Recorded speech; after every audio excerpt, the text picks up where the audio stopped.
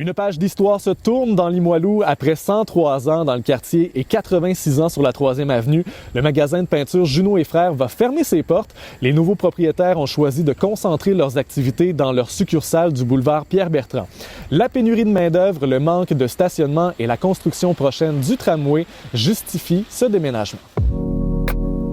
Depuis 1919, Junot et Frères est la destination des bricoleurs du quartier Limoilou. Après 27 ans sur le chemin de la Canardière, la boutique a déménagé ici, sur la 3e avenue, en 1936. L'année suivante, le magasin devenait le premier à vendre la toute nouvelle peinture Sico, dont l'usine était située à Beauport. Jusqu'en 1988, la bannière a été la propriété de la famille Junot avant d'être transférée à Serge Fortin et Isabelle Roy.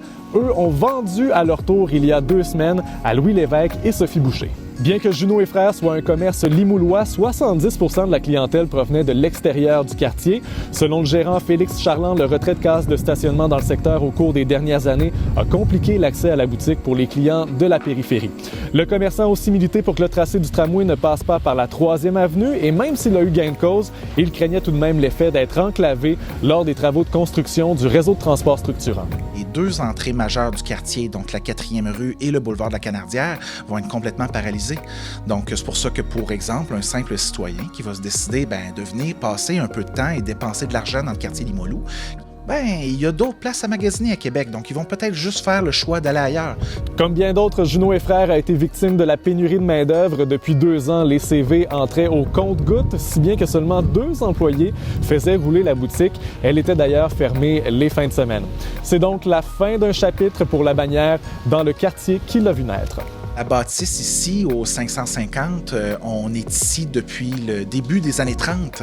On part pas de gaieté de cœur, c'est certain. Même moi, je suis quand même assez émotif. Je suis assez triste de quitter. J'adore le quartier. J'ai installé ma vie, ma famille ici. Malgré cette fermeture, la SDC Limoilou n'est pas inquiète. La pandémie n'a pas eu d'impact négatif sur le taux d'occupation de l'artère commerciale. On espère que Junot va éventuellement être remplacé par un autre commerce intéressant pour les gens du quartier et qui pourrait éventuellement attirer des gens de l'extérieur aussi.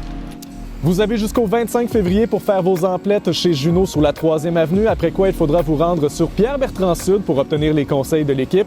On ne sait pas encore ce qu'il va advenir du bâtiment commercial après le déménagement. Pour d'autres nouvelles, consultez l'appli Info de Radio-Canada.